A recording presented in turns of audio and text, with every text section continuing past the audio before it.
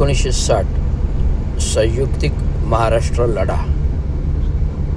1960 संयुक्तिक महाराष्ट्र लढा काँग्रेसच्या सत्तेच्या कालखंडामध्ये घडला.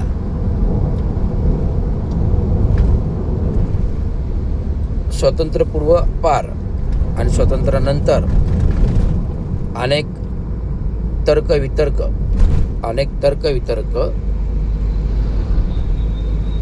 संयुक्तिक महाराष्ट्राच्या वेळेस मुंबई ही महाराष्ट्राचा अविभाज्य भाग नाही असे अनेकांनी तर्कवितर्क केले.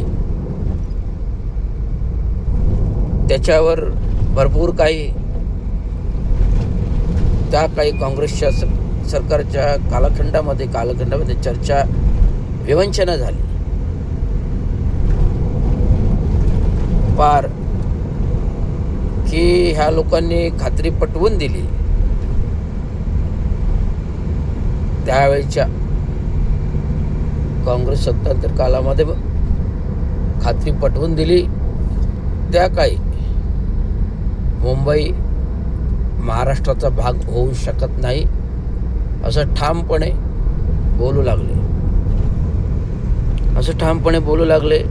हा मोठा फार तत्वाचा गंभीरतेचा विषय आणि प्रश्न होता. जी मुंबई आज वर्तमान काळात महाराष्ट्राची आर्थिक राजधानी आहे आणि या मुंबईच्या आर्थिक राजधानीतून अनेक जडणघडण स्थित्यंतर घडत आहेत. स्थित्यंतरच नाही घडत तर राजकारणाचं सत्ताकारण घडत आहे. राजकारणाचं सत्ताकारणही या मुंबईतून घडत आहे. दिल्ली ही भारताची राजधानी आहे आणि मुंबई ही महाराष्ट्राची राजधानी आहे. तर या संपूर्ण 29 राज्यांमध्ये सर्वात उत्तर भाषिक राष्ट्र उत्तर प्रदेश बिहार आहे. पण उत्तर प्रदेश बिहार हे सर्वात मोठं लोकसंख्येच्या दृष्टिकोनातून राज्य जरी मोठं असेल त्याच्यानंतरचं महाराष्ट्र राज्य आहे. परंतु जी प्रगती, जो उद्योग व्यवसाय महाराष्ट्राने घडविला, महाराष्ट्राने दाखविला आणि महाराष्ट्राने संपूर्ण महाराष्ट्राची भूमी सुजलाम सुफलाम सश्यामलाम केली.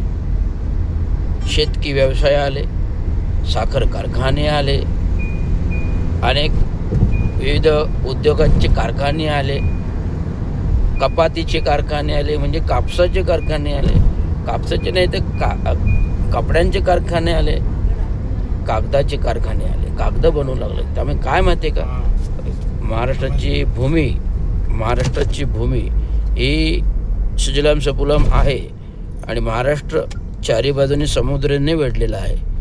महाराष्ट्र चारी बाजूने समुद्राने वेढलेला आहे आणि समुद्र काय आपल्याला देतं, समुद्राच्या पोटापासून खनिज उत्पन्न मिळतं, खनिज गोष्टी मिळतात.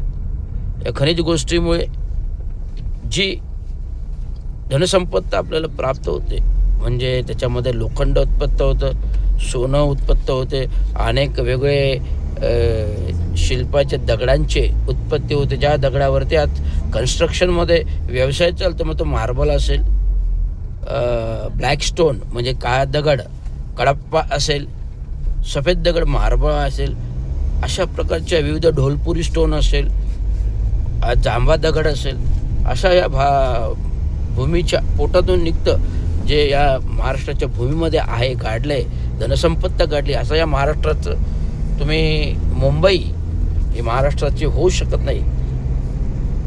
तर आत्ता मी नुकतेच बाबासाहेब आंबेडकरांची क्लिप जो इतिहास दर्शवून पाहिले, तर त्या काही अनेक बैठका झाल्या, चर्चा झाल्या.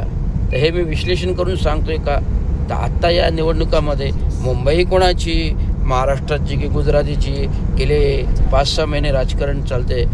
त्रिभाषिक GR तर मराठी मायभूमीच्या मराठीत एकत्र सर्वजण आले. तर खरोखर मुंबई ही महाराष्ट्राचीच आहे आणि महाराष्ट्राचीच राहिलेली आणि ती कोणीही वेगळी करू शकतच नाही, हे डॉक्टर बाबासाहेब आंबेडकरांनी प्रूव्ह केलेले आहे. त्यामुळे कोणीही या सरकारने नरेंद्र मोदींच्या सरकारने असो की देवेंद्र फडणवीसच्या महाराष्ट्रातील सरकारने असो की कोणीही महाराष्ट्र पासून मुंबई गुजरातला जोडण्याचा ते डाव काही करू शकत नाही. किती लोकल ट्रेन असो, किती महाराष्ट्रातील मोठमोठे ट्रेन असो, बुलेट ट्रेन आणू दे, अजून काही आणू दे, गुजरात इकडचं तिकडचं उलटा करू दे, पालटा करू दे, दिल्ली उलटी करू दे, पालटा करू दे, परंतु मुंबई ही महाराष्ट्राचीच राहील, महाराष्ट्राच्या भूमीचीच राहील. हे आमच्या महामानव विश्वभूषण परमपूज्य डॉक्टर बाबासाहेब आंबेडकर यांनी अनेक 16व्या शतकातले उदाहरणं देऊन, अनेक इतिहासाचे दाखले देऊन, इतिहास भूगोलाचे दाखले देऊन, 16व्या शतकाचा इतिहास दर्शवून मुंबई ही महाराष्ट्राची आहे हे दर्शवून दिलं. अगदी 16व्या शतकामध्ये ईस्ट इंडिया कंपनी आली छत्रपती शिवाजी महाराजांना व्यापार उद्योग करण्यासाठी, आणि ह्या व्यापार उद्योग करणाऱ्या ईस्ट इंडिया कंपनीने जे विदेशी कंपनी आली इंग्रजांच्या काळातली, यांनी ह्या जे काही गुजराती होते हे गुजरात्यांना दलाल म्हणून घेतले, गुजरातीला मध्यस्थी करण्यासाठी दलाल म्हणून घेतले, आणि गुजरातीचं शिक्का आत्ता पण दलाल म्हणूनच आहे. स्पष्टपणे मी नमूद करतो, गुजराती हे दलालच आहेत आणि दलालच राहणार.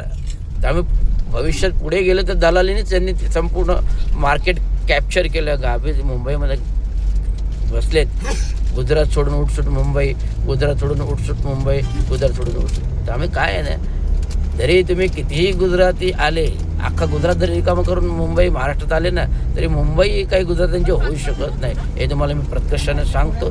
आणि या राजकारणामध्ये हे राजकारणी म्हणतात ना, मुंबई वेगळी करण्याचा डाव आहे, मुंबई वेगळी करण्याचा डाव काय.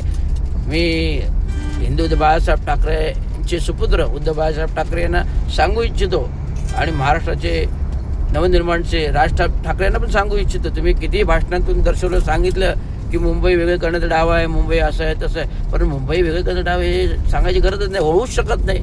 ते सांगताय कशाला?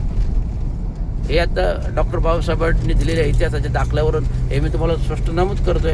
त्यामुळे हे आपल्याला सर्वांना माहीत व्हावं, जनसामान्यांपर्यंत जनजागृती पोचावी म्हणून सांगतोय.